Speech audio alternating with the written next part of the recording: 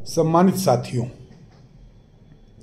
आज हमें पुनः एक विशेष सामाजिक ज्ञान की प्राप्ति हुई जो हम आपसे साझा कर रहे हैं। और हम सामान्य दिनचर्या में से कुछ ऐसे अंश, कुछ ऐसी बात, कुछ ऐसी घटनाएं, कुछ ऐसे कार्य जो देखते हैं, जो हमारे मन को प्रभावित करते हैं, जो जिससे हमें कुछ ज्ञान की प्राप्ति होती है, हम प्रयास कर रहे हैं कि आप लोगों से हम उन बातों को साझा करें। और हमारा मकसद केवल और केवल इतना है, हमारी बात को आप मानो ना मानो, मैं किसी से आग्रह नहीं करता हूं कि आप मेरी बात मानो ही, लेकिन आप से हम साझा इसलिए करना चाहते हैं कि आपको शायद हमसे कुछ ज्ञान की प्राप्ति हो जाए, शायद हो जाए। और हम समझते हैं कि अगर किसी एक व्यक्ति को भी हमारी बात ने प्रभावित किया तो हम समझते हैं कि हम अपने उद्देश्य में सफल हुए। तो साथियों, आज का जो मूल विषय है वो ये है कि एक स्थान पर हम पहुंचे अपने संगठनात्मक कार्य को लेकर के, और वहाँ पर 2-3 लोग पहले से ही जो है कुछ राजनीतिक चर्चा, मोदी जी के समर्थन में, विरोध में और अन्य सामाजिक मुद्दों के आधार पर कोई सहमत कोई असहमत की आपस में बहसबाजी हो रही थी। उस बहसबाजी में हमको पता था कि एक हमारे जो मित्र हैं, हमारे हालांकि शुभचिंतक हैं, ये बात मैं कहूँगा, वो ठीक है, वो उनकी अपनी आइडियोलॉजी है, तो किसी की विचारधारा से हमको कोई थोड़े मतलब है कि जो है ठीक है, आपकी अपनी विचारधारा, हमारी अपनी विचारधारा, हमारे शुभचिंतक हैं।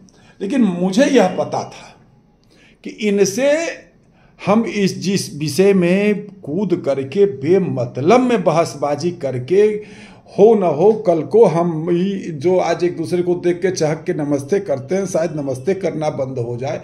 क्योंकि आजकल हो क्या रहा है, बिना मतलब, हम यह बात पहले भी कहते आए हैं, बिना मतलब की बहसबाजी में आपस में तनाव इस कदर हो जाता है कभी कभी कि आदमी एक दूसरे को देखने मात्र से जो है उसके प्रति द्वेष का भाव उसके अंदर पैदा हो जाता है।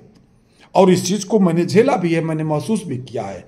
और उसी आधार पर आज हमने जो हमने जीवन में अनुभव प्राप्त किया कि अब हमारा एक चिंतन है जो मैं आपसे साझा कर रहा हूँ, क्योंकि कुछ घटनाएं ऐसी होती हैं उसको देख करके ही नवचिंतन निकल करके आता।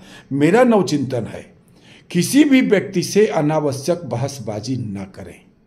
आप अपनी बात आपने किसी व्यक्ति से कह दिया, उस व्यक्ति ने आपकी बात माना या नहीं माना, दो ही चीजें हैं। नहीं मानता है तो भी आप हुज्जतबाजी न करें, मानता है उसको धन्यवाद दीजिए और अपनी बात को अच्छे ढंग से जो है उसको परिभाषित करने की कोशिश करिए। नहीं मानता है, नमस्कार करके आगे बढ़िए।